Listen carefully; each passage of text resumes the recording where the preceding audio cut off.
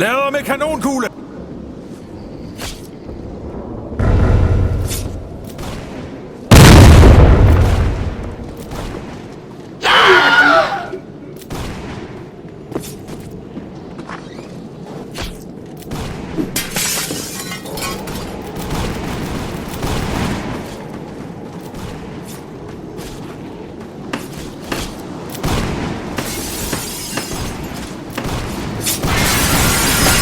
Oh!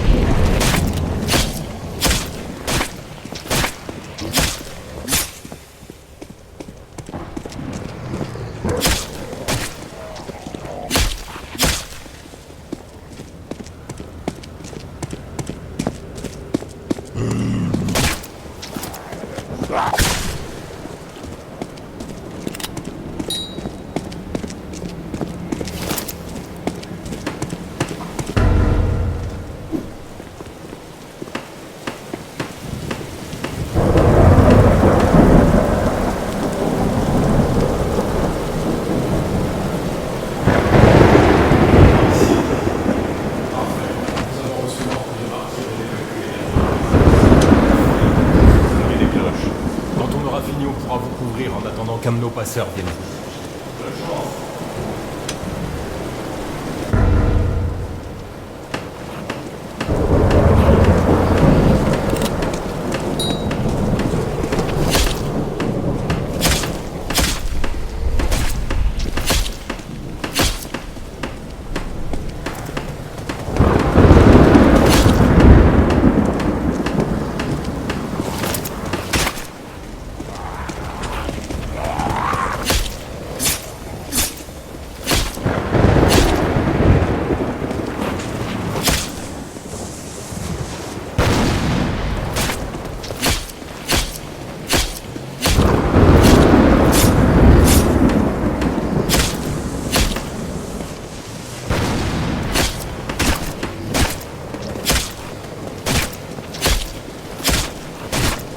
Par ici. Nous avons reçu l'ordre de partir et d'évacuer les derniers Parisiens d'ici. Défendez le pont jusqu'aux sonneries des cloches. On aura fini, on pourra vous ouvrir en attendant qu'un de nos passeurs vienne vous chercher. Bonne chance.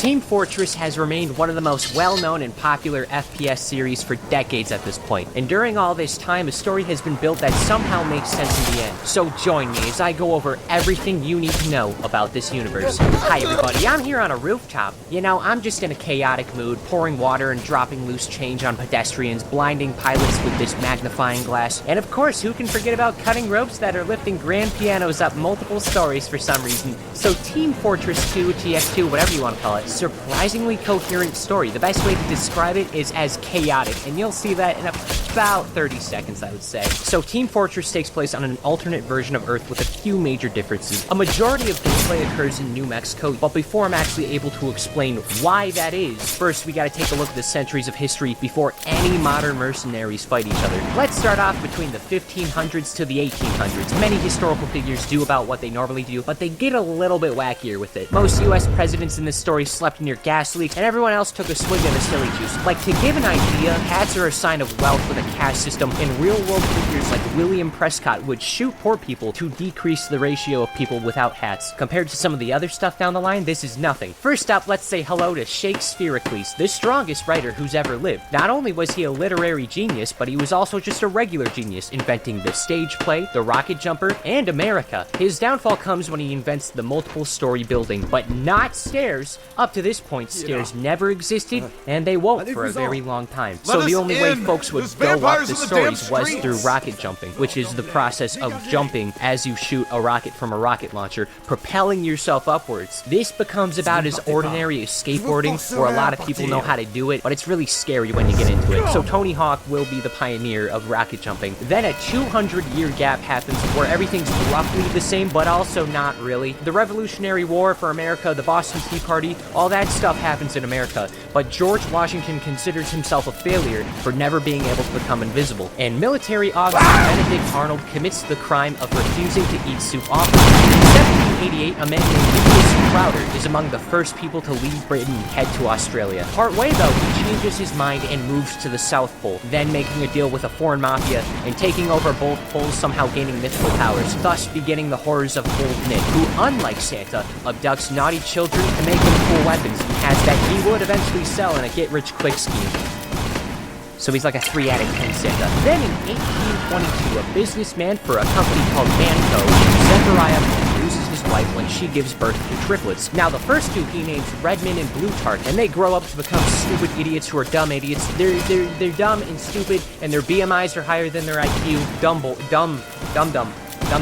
Now the third son is completely different, hyper-intelligent, invented a new form of algebra. At this age, he can already talk. As the father plans to smother him to death, an eagle swoops in and takes him as food. This is a problem at the time. Now Gray is actually going to survive this instance. When dropped off to the eagle nest, he kills the mother eagle along with her babies before crawling back to civilization and using his intellect to grow an empire. 28 years will then pass, and in 1850, Redmond and Blutarch, now working in Manco with Zechariah, convinces him to purchase a shit ton of land in New Mexico. Unfortunately, on account of the brothers having as many brain cells as I have eyelashes, it turns out all of this land is going to end up being useless desert and nothing more than the gravel capital of the world. And then all of a sudden, Zechariah friggin' dies and stuff. He has unfinished business. He's gonna be stuck on Earth forever. Heaven and hell exist in this story, by the way. Now, Zeph is a bit salty about spending his final years with all this useless desert space. So on his will, he gives his friend Barnabas Hale the company of Manco. He gives his assistant Elizabeth the company to watch over, and he gives his two sons the useless land perfectly equally, where the bros are gonna keep fighting over it for the rest of their lives and beginning what will be known as the Gravel Wars. So then they each hire mercenaries to fight over the land indefinitely. The first batch of mercs includes a few folks like Nikola Tesla,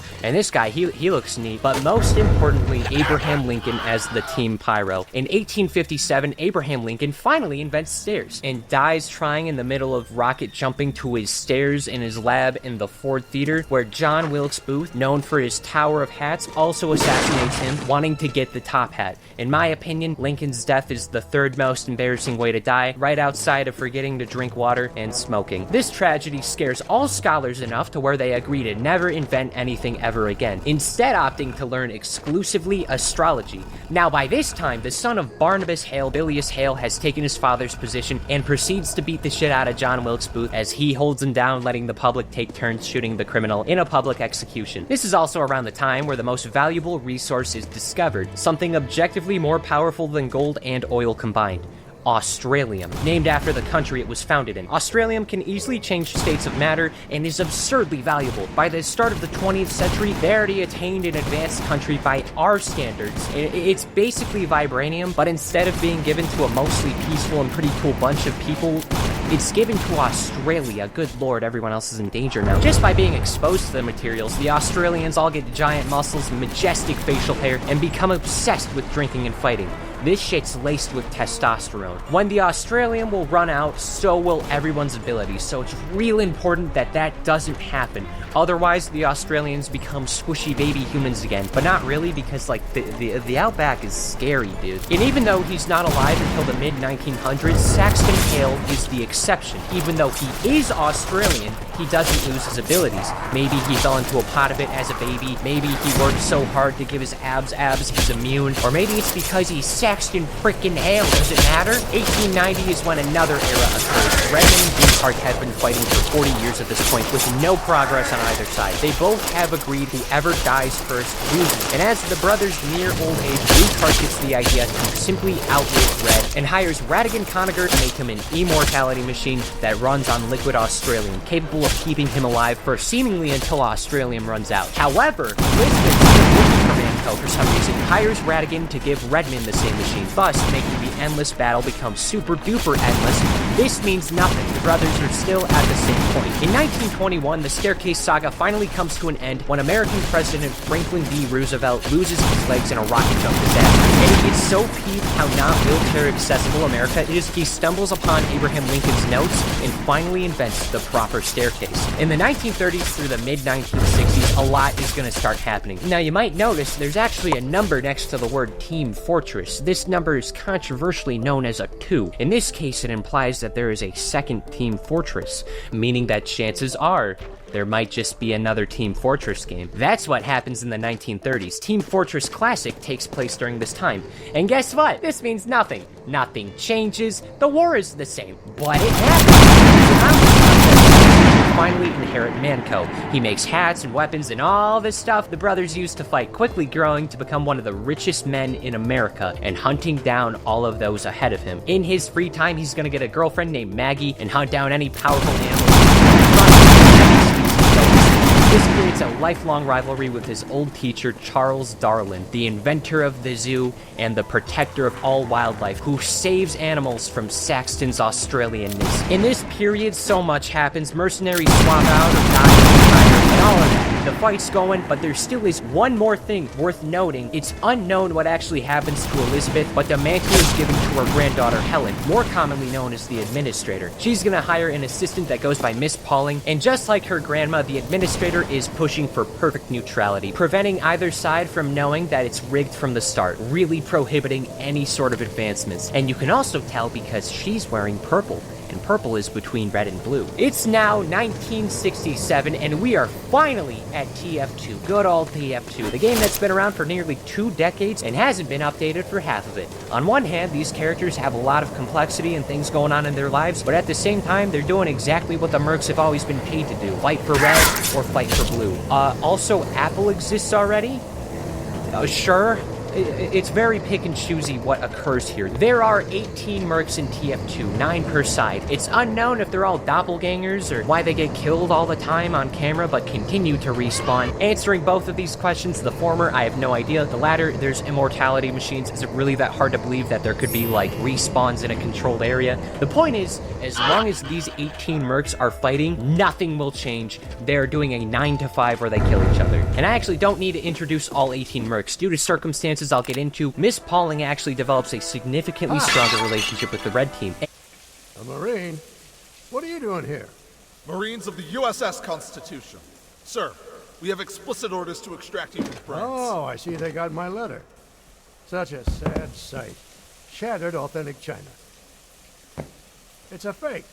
Here, Look at the cross-sections. With all due respect, we must move. Sorry about your head. I thought you were one of them. Now stop being a baby and get me out of here. What event occurred here? I think you can see with your own two eyes. They got him. Stick with us.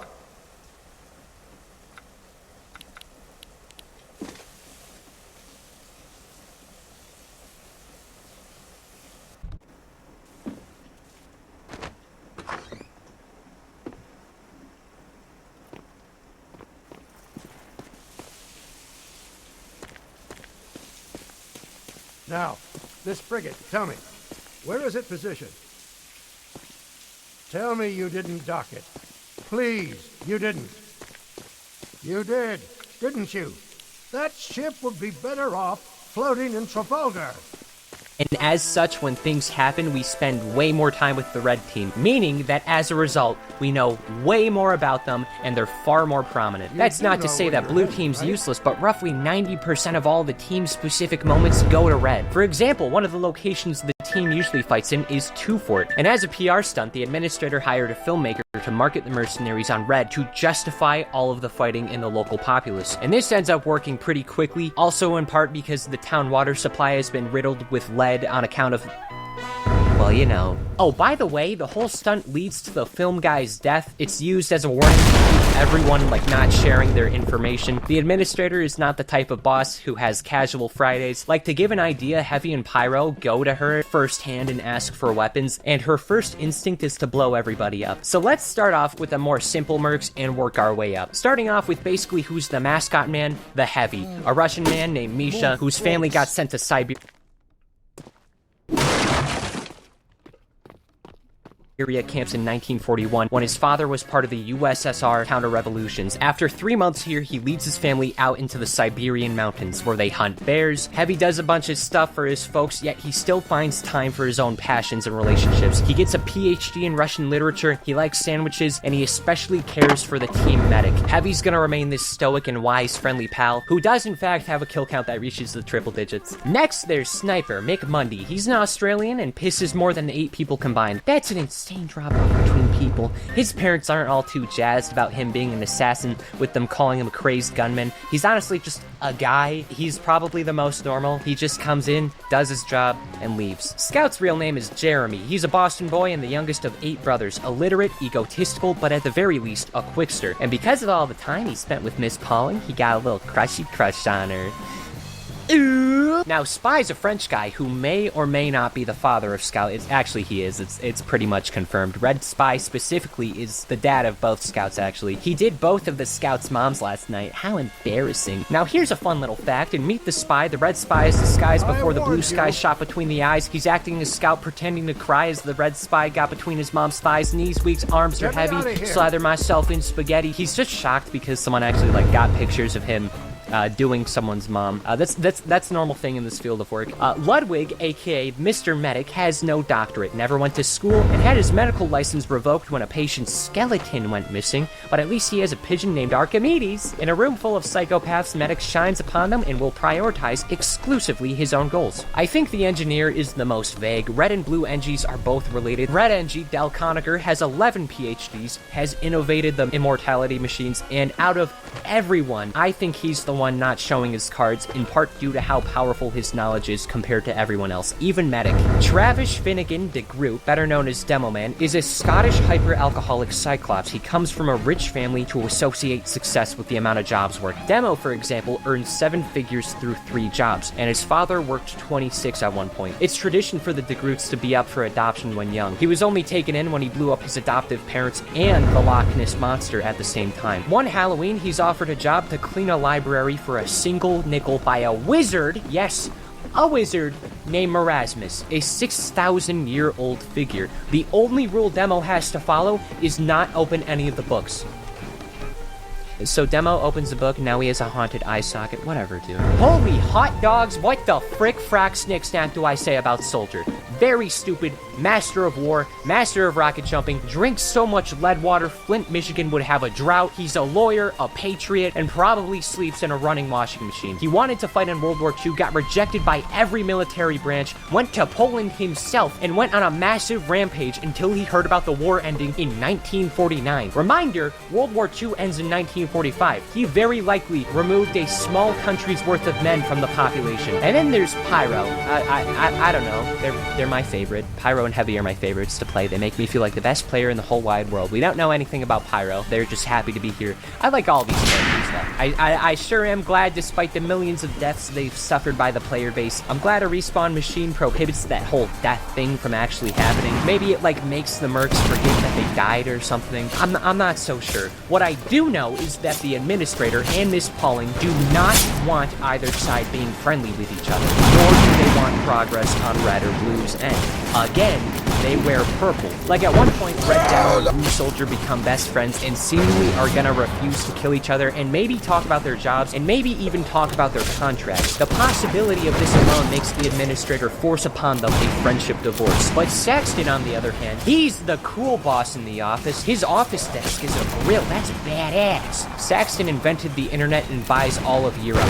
He found the Yeti species, captured them, and then built a Yeti park exclusively to hunt the Yetis. And then when the Yetis go extinct, he makes that a battlefield. I mean, what do I say? He's Saxton Hale. For 4 to 6 years, the Gravel Wars will happen with these teams. A lot is gonna happen. And even though they have an objective chronological order of events, it hardly matters. Plus, I forgot to write down the order, so I'm just gonna go in whatever feels right. Outside of the Meet the Team videos, the mercenaries do a couple of things to appease the public. One Christmas, the Blue Scout pile drives an old lady or something, and when they're on trial, the Blue Soldier causes so much of a ruckus that both of them end up in Elk and Mall Santa, respectively. And just to be safe, Blue Spy comes with them. While giving a little boy a haircut, Old Nick returns.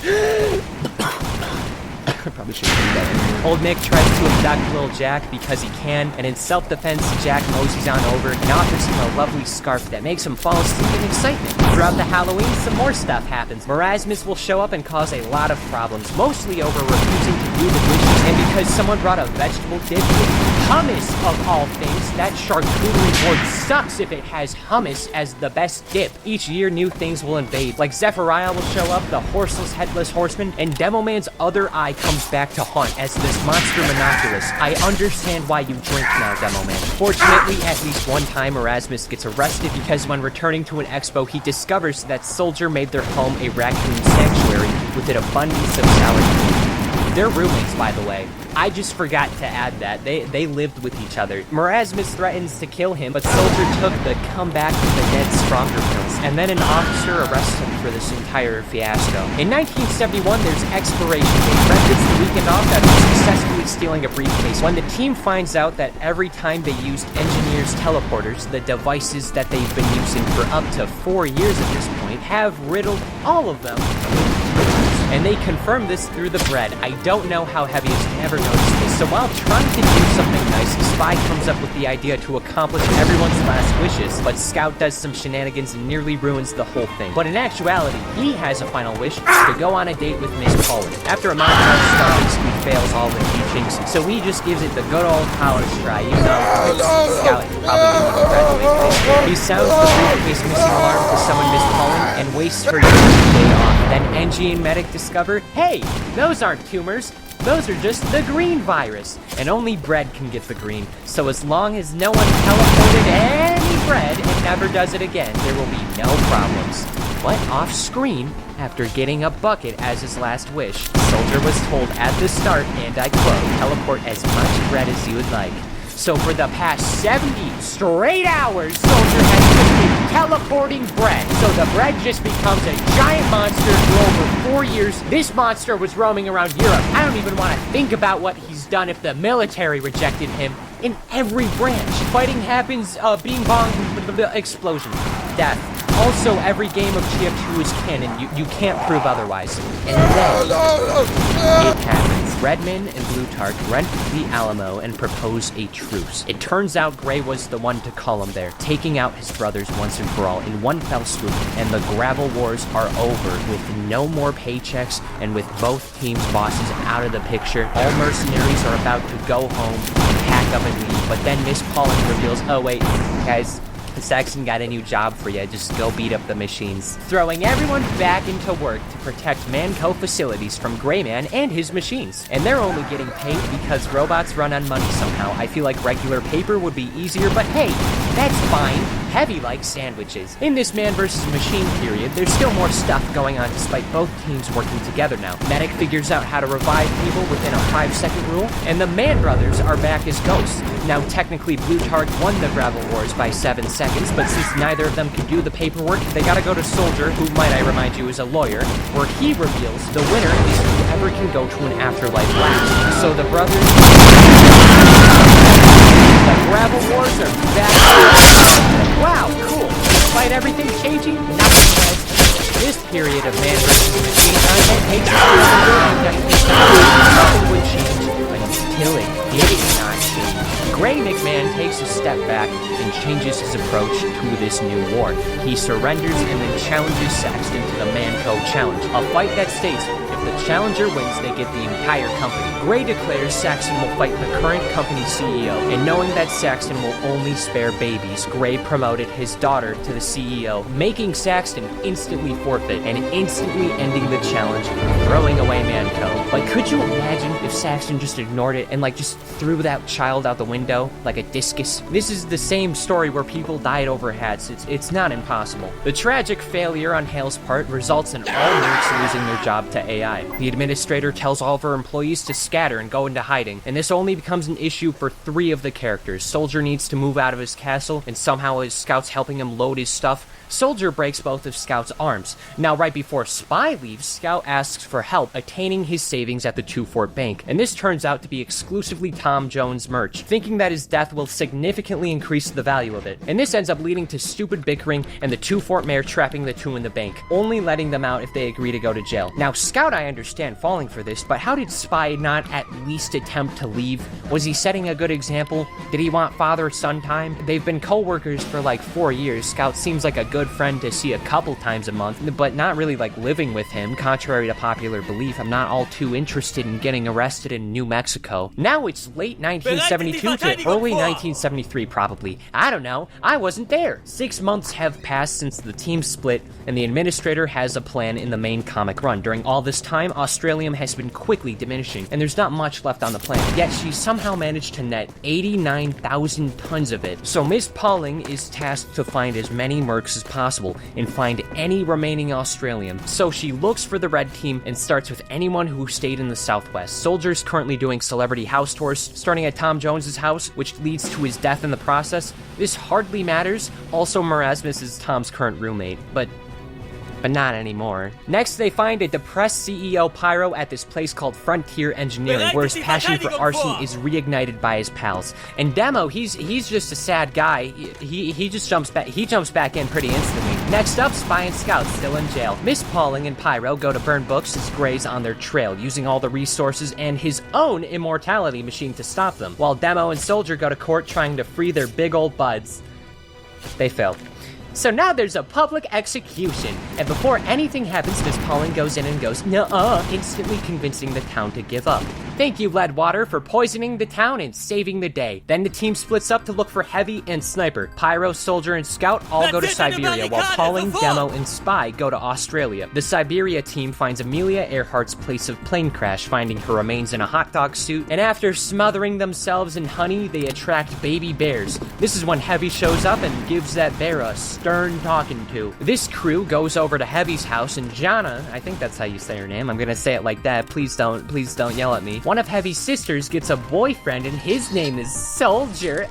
Ooh. That's not Soldier's name. His name's actually Mr. Jane Doe. Oh, and then the family decides to go back to America because Siberia's cold. And also cold. Right as this happens, the Australia team makes it to Australia, where they see firsthand how no Australium is a bummer for the populace, and the gang spends about a week in Australia. But while that is happening, Saxon Hale finds his ex working for Charles Darlin, where Charles offers to get Manco back in exchange for some Australian to keep the endangered animals alive. And then the other team makes it to Australia. Scout and Heavy are tasked with going to Ayr Rock, where they stumble upon Saxon and Maggie. This will be important, Everyone else needs to go to New Zealand, as supposedly all the last supply is over there. Only problem is that New Zealand decided to go underwater. The entire city is at the bottom of the ocean because one scientist said so. He said the world was going to end. It didn't. To counteract this, Gray sends out a new team that's actually Team Fortress Classic, alongside the medic, who does not give a sloppy string slackleberry shoot about needing to hunt his old friends. And as this happens, Soldier, Jana, and Spy sneak into the Australian Navy and kindly ask to borrow a submarine. Miss Polly and Demo find Sniper's house, where Sniper nearly takes him out, and he found out he's adopted.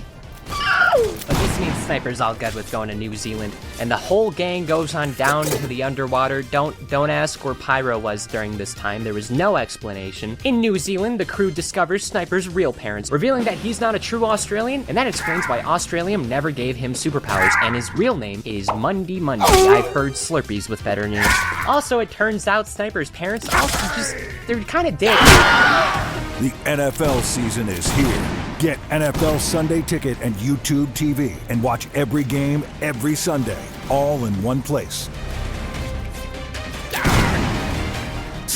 Also, it turns out Sniper's parents they're kind of dicks. His dad wasted all the Australium to paint test rockets to space, while his mom takes the last one. And to rub like 14 pounds of salt into Sniper's big old flesh wound, his dad steals the submarine, never to be seen again, and then the classic mercenaries shoot Sniper, killing him instantly. When the Classic team returns with the Red team, Gray decides to do a final Manco facility invasion where he gets the Administrator's remaining Australium, until Classic Heavy thinks to himself, hey, I want to be immortal. Why am I making this shriveled raisin man immortal? So he rips out Gray's immortality machine, leaving him to perish and taking him out of the story as Gray's machines are about to do their invasion. Soldier and Jana are being interrogated by Classic Pyro until Jana removes her hand to blow up Classic Pyro. Pauling and Spy are about to take some cyanide until Heavy and Scout show up.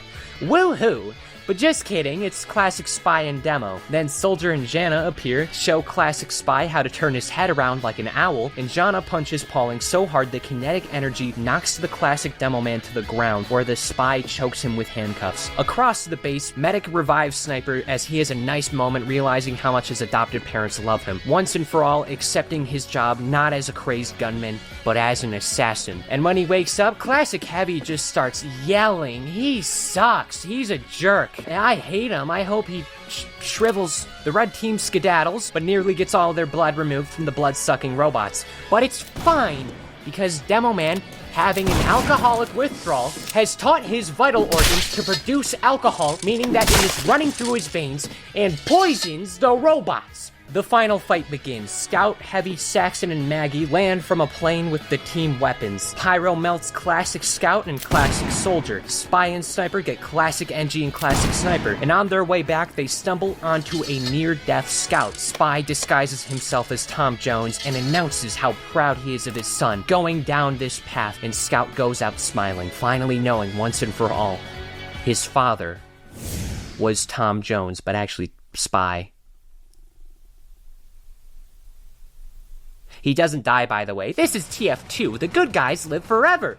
In heaven, God and Scout are home dogs. They have foosball tables, they send Tom Jones to super heaven, and Scout gets to revive himself. Back on the battlefield, all the fighting is fighting, ending off with a Heavy versus Heavy fight. It's mostly going towards Red Heavy's win, until Classic Heavy puts on Gray's Australium device and stains Medic's perfectly good coat with strawberry jam. Now, Medic was a German who was very likely in World War II, so he's going straight to hell, but during this time, Medic stole the souls of either the Classic or Red mercenaries, meaning that the devil owns only a ninth of his souls. But in exchange for 2 more of those souls, he gets brought back for 50 years. Now, Medic reveals that he stuffed baboon uteruses in Classic Heavy, which baffles him so much, it provides Red Heavy with enough time to pull out Gray's immortality machine, which drains the rest of the life force. It's all over, Red wins, Australium is gone forever. And then it's revealed during all of this adventure, Engineer's been with the Administrator, rationing the remaining Australium that they have and keeping her deceased for upwards of several hours. She only has about 6 months to live, and she just goes, let's just ball, I don't give a hoot. And she goes, all or nothing, uses the rest of it at once, gives her 1 hour of youth. And oh man, The finale comic? The finale comic of this is crazy. It doesn't exist. There was no finale. Why does this keep happening? See, Valve, the creators of TF2, are very bad at finishing things. They like making good games, but don't really like counting to 3. The last update for TF2 was 2017. That's over 6 years ago. Finish the comic! 1 issue left, but no! We don't get to see it! We don't get to see anything! So here's what I would guess. I think Saxton would punch Charles Darwin in the face and refuse Manco. I think Elizabeth and Helen could be the same person, and she was gonna destroy the Manco legacy, which is why the story never escalates through the Gravel Wars. And I think all of the mercs would have found some new jobs. Some together, some doing their own things, and in the end, it doesn't matter. TF2 mostly lives on via the community, who, you know, they got some good things like TF2 Classic, and then they got some bad eggs, like every community does. Treat others how you want to be treated, guys. Don't be bucket dippers, be good people. Well, that's all, folks. Look at this sad statistic and feel guilty. Here's a GamerSupps code. Hey, Tyler, there's someone behind you. I love doing that joke. I hope that freaks someone out. Really? I don't have much else to add. All I could say is, oh, I don't know. Maybe, oh, I don't know. Finish the comic!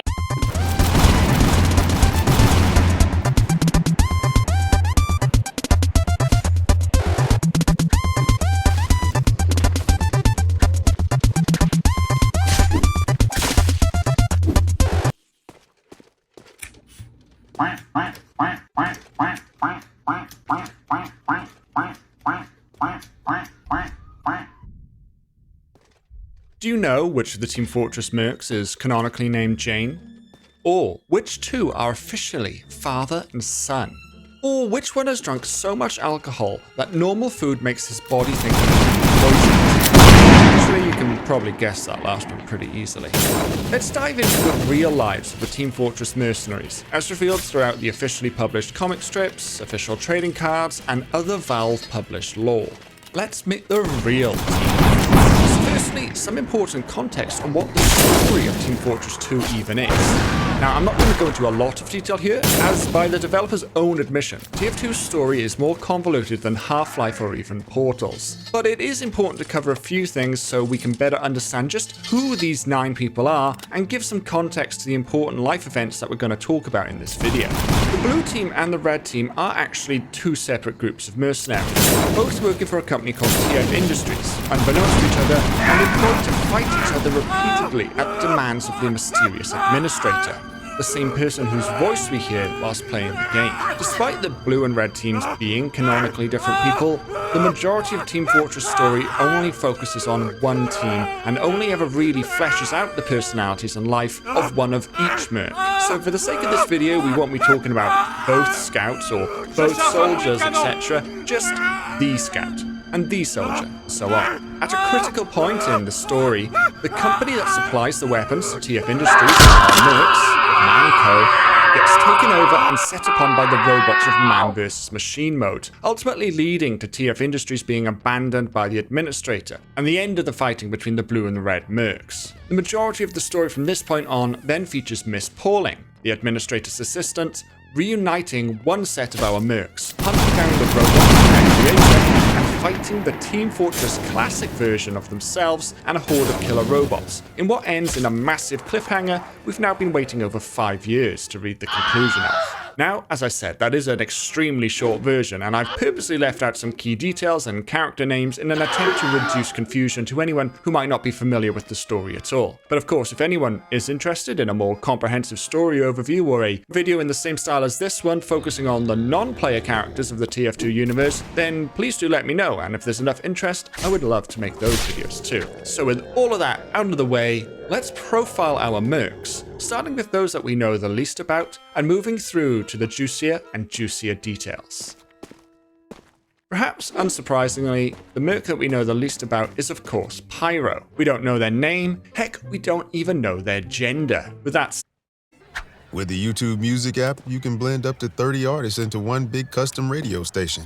which means gender. With that said, Pyro is referred to several times as he, him, his, or sir in the comics, including by Miss Pauling, who is second in command at TF Industries, the company who employed Pyro in the first place, so if anyone knows Pyro's true identity, then it's going to be Pauling. But on the flip side, Soldier does at one point suggest that he had always had a suspicion that Pyro was a woman. And it's also worth noting that in the comics, we meet all 9 of the Team Fortress classic mercs, and only one of them is ostensibly female, Pyro. And on the TF2 official website, official trading card, and the back of the NECA action figure box, Pyro's profile reads, "He's a fearsome, inscrutable, on-fire Frankenstein of a man. If he even is a man."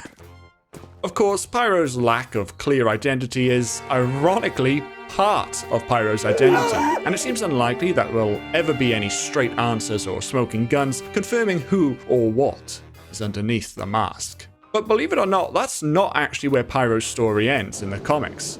During a period between TF Industries being abandoned and Miss Pauling reuniting everyone, Pyro is found sitting as CEO at a successful company called Frontier Engineering, and is considered to be personally responsible for the company having a record quarter. Another interesting tidbit is the fact that Pyro genuinely appears to see the world in Pyrovision, as originally shown in the Meet the Pyro short, with multiple panels throughout the comics showing us the world through Pyro's eyes in the same bubblegum rainbow wonderland point of view. Next up is Heavy Weapons Guy. From the comics, we know that his name is Mikhail, or Misha as a nickname. Whilst Heavy is of course outwardly Russian, we learn from the comics that he's from Siberia, and his action figure box tells us specifically the Zhugzhur Mountains.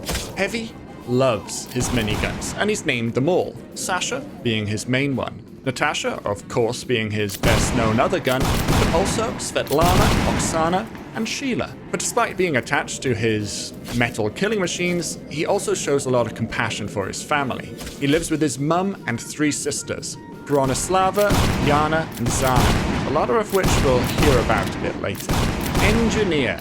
Real name, Del Conacher, from the town of Bee Cave, Texas. Whilst many of our mercs might appear clever, but mostly insane, Engineer is the most genuinely intelligent, having no fewer than 11 PhDs. Whilst his personal history is never explored in great detail throughout the comics, his family are amongst the most important to the main storyline. We all know about Australium from the in-game universe, the extremely rare metal used to decorate sought-after expensive weapons. But Engineer's grandfather, Radigan Conacher, built a series of machines that use Australium as fuel to extend a person's life. And Del, our engineer, has continued that work, iterating and improving on the design during his time working for the administrator. Throughout the story of the comics, obtaining Australium and using it to extend life is the main plot point motivating the lead antagonist, as well as the other main non-player characters. If it wasn't for Engineer's grandfather,